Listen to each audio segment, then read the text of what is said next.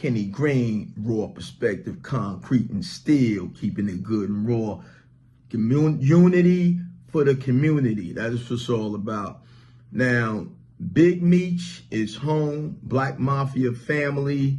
You know, a lot of people are talking about it. There's mixed signals in the air. Some people are saying, why are we glorifying them? And what prompted me to speak about this, because I was eating dinner with a few people and they were saying, well, why are they glorifying someone like Big Meech that did wrong, and they don't glorify people that do positive things? Demetrius Flannery and his brother, Terry, ran one of the country's largest drug operations during the late 80s, 90s, and early 2000s. The pair had hundreds of employees, generated hundreds of millions of dollars, and even had a successful record label and magazine. But in 2006, the brothers were indicted in a federal RICO case originating out of Georgia. BMF was the first group that was accused of being both a criminal organization and a record label. Attorney Josh Schiffers says Demetrius, also known as Big Meech, is highly regarded because he never took a deal or snitched on his co-conspirators. And he went down. And when he went down, he and his brother were sentenced to 30 years in prison. In 2020, Terry Flannery was released, and just this week, Big Meech was released from prison. He will serve the remainder of his sentence at a halfway house in Miami. Reporting from Atlanta, Erica Murphy, 11 Alive News. Well, a lot of this is perception, right? Some people feel Big Meech has done positive things. He took a group, an entity, a business, whether it's legal or illegal, and he took it to heights that have never been seen before, right?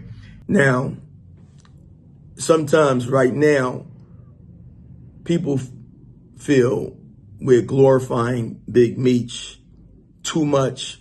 We're talking about him and we should be talking about something else. I mean, look, you know, we gotta really think, what role are you playing in pushing something forward positively? What are you talking about in your day-to-day? What program are you watching? What program is your kids watching? What are you saying to them? Because athletes, entertainers, everybody's saying, welcome home, Big Meech. So clearly, he touched some people. His demonstration, you know, BMF, one of the biggest ever, you know, he touched some people. Now, there's stories about the lifestyle, about him, about what they were able to do as a group, as a unit, him and his brother and the people that he had in his crew. I mean, look, entertainment becomes reality for a lot of people. And a lot of people will try to be the next Big Meech, right? You know why? Because everybody's applauding him. The money he made. Some people will trade time for fame. They'll trade time in prison, time away from their family. They'll trade all of this to one day hope to be a Big Meech. BMF, there's a series. I don't think you're going to have no series talking about people that graduated college. You're not going to have no series about people that did great things unless you're looking at Titans of America, the Rockefellers, the Carnegies. Otherwise, you're not going to have that. So just talking, because we're trying to understand why he's glorified, why he's respected. But what are you doing to create something different? You watch BMF.